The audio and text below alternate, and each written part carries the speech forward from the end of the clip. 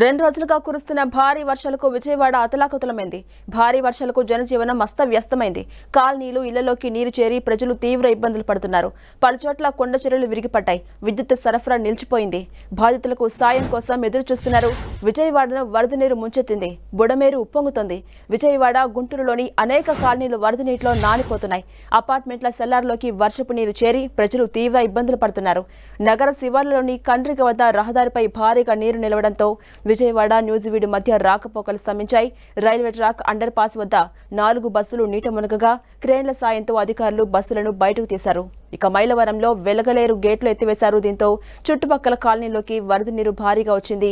రాజరాజేశ్వరిపేట వరద నీటిలో చిక్కుకుంది. బుడమేరు పొంగడంతో సింగ్ నగర్, చిట్టి నగర్, ఇతర కాలనీలు జల దిగ్బంధంలో చిక్కుకున్నాయి. ఇక వరద నీటిలో రోడ్లు, చెరువులను తలపిస్తున్నాయి.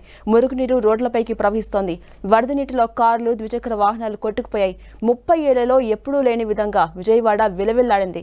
పాత బస్తీ, బందర్ రోడ్, ఏలూరు రోడ్, జాతీయ రహదారి, ఆటోనగర్లో వరద భారీగా వచ్చింది. విజయవాడ సమీపంలోని జాతీయ రహదారులు నీటిలో చిక్కుకుపోయాయి.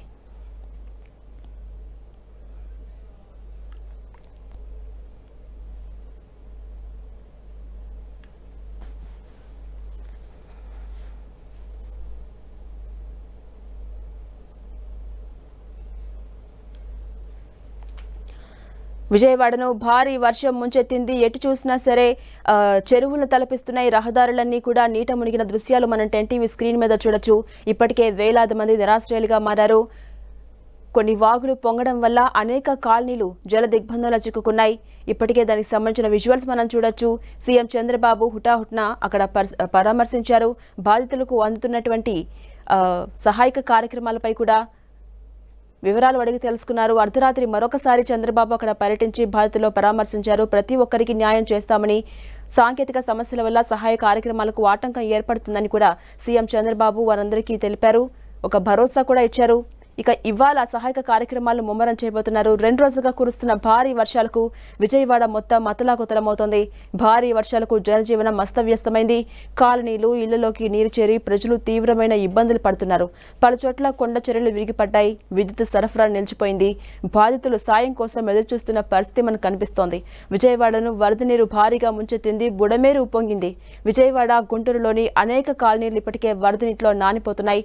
అపార్ట్మెంట్ల సెల్లార్స్లోకి వర్షపు నీరు చేరి ప్రజలు తీవ్రమైన ఇబ్బందులు పడుతున్నారు. వారిలో చిన్నారులు ఉన్నారు, వృద్ధులున్నారు, అనేక మంది ఇతర అనారోగ్య సమస్యలతో బాధపడే వాళ్ళు ఉన్నారు.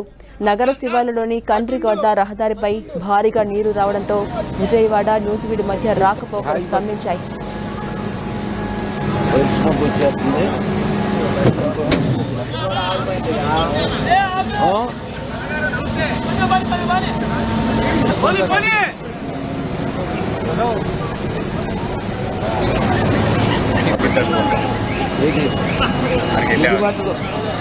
ఇది లేపుతాడు.